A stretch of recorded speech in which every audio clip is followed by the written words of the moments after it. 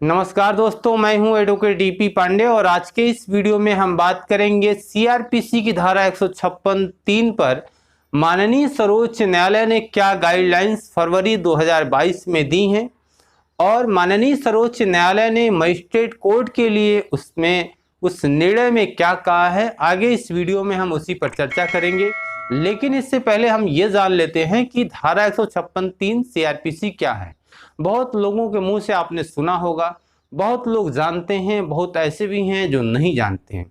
दोस्तों, कोई cognizable offence यानी कोई संज्ञेय अपराध यदि घटित होता है तो उस पर कोई जिसके साथ होता है वह व्यक्ति, वह शिकायतकर्ता थाने में जाकर एक तहरीर देता है और उस तहरीर के आधार पर उस थाने में एफआईआर रजिस्टर्ड होती है। जो एफआईआर रजिस्टर्ड होती है वो सीआरपीसी की धारा 154 के तहत होती है और यदि किसी कारण से एफआईआर थाने में रजिस्टर्ड नहीं होती है तो सीआरपीसी की धारा 154 का जो सब क्लास 3 है, जो उपधारा 3 है, उसके अंतर्गत आप वरिष्ठ अधिकारी हैं, पुलिस के अधिकारी हैं, एसपी के पास आप एप्लीकेशन दे सकते हैं कि मेरे साथ इस तरह की घटना घटित हुई थी जिसमें थाने में एफआईआर रजिस्टर्ड नहीं की गई है। तो एसपी भी आदेश कर सकते हैं एफआईआर रजिस्टर्ड करने के लिए। और यदि किन्हीं कारणों से वहां से भी आपका काम नहीं हुआ, यानी थाने में एफआईआर रजिस्टर्ड नहीं की गई, एसपी ने कोई नोटिस नहीं लिया, तो धारा 156(3) सीआरपीसी के अंतर्गत न्यायालय में आवेदन कर सकते हैं। उस न्यायालय में जहां आपका वो जो घटना घटित हुई है उस घटना घटित वाले स्थान का जो क्षेत्राधिकार वाला न्यायालय है, उस न्यायालय में, उस न्यायिक मजिस्ट्रेट के न्यायालय में आप आवेदन कर सकते हैं सीआरपीसी की धारा 156(3) के तहत। और उस मजिस्ट्रेट को यदि लगता है कि प्रथम दृष्टया यहाँ किसी संज्ञेय अपराध का परिलक्षित होना पाया जाता है, ऐसा कुछ दिखता है, तो वह मजिस्ट्रेट आदेश कर सकते हैं संबंधित थाने को कि एफआईआर रजिस्टर्ड कर इस मामले का इन्वेस्टिगेशन हो।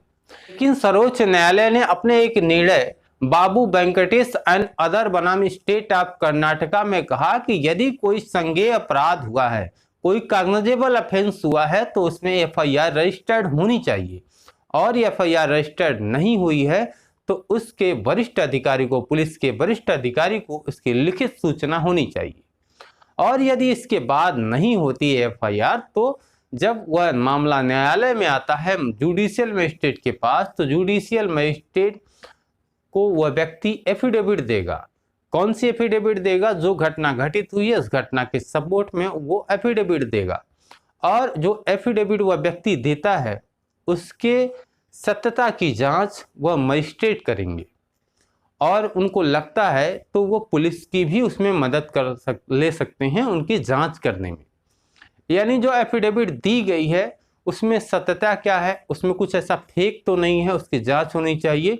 और यदि शिकायतकर्ता ने कोई गलत बात लिखी है, कोई गलत तथ्यों के आधार पे वो यह याचना कर रहा है कि उसकी एफआईआर रजिस्टर्ड हो और वो गलत पाया जाता है, तो उसके खिलाफ भी वह जो मजिस्ट्रेट कोर्ट है वह एक्शन ले सकती है। तो दोस्तों, इस बात का ध्यान रखना है कि गलत तथ्यों के आधार पर कोई ऐसी एफिडेविट नहीं देनी है, कोई ऐसी घटना को गढ़ते हुए न्यायालय में प्रस्तुत नहीं करना है कि आप ऐसी घटना को गढ़ के और फेक ऐसा घटना बना के आप चाह रहे हो कि एफआईआर रजिस्टर्ड हो जाए, तो आपके खिलाफ भी कार्रवाई हो सकती है। तो मुझे यकीन है कि इस वीडियो के माध्यम से आपको समझ में आ गया होगा कि सीआरपीसी की धारा 156(3) क्या है और माननीय सर्वोच्च न्यायालय की जो गाइडलाइंस हैं उन मजिस्ट्रेट कोर्ट के लिए वो क्या है और आपको किन बातों से बचना है। यानी आपको हमेशा कोई ऐसा बात नहीं करनी है जिससे आपको नुकसान हो जाए। कभी भी किसी गलत तथ्य के आधार पर कोई ऐसा आवेदन न्यायालय में न करें,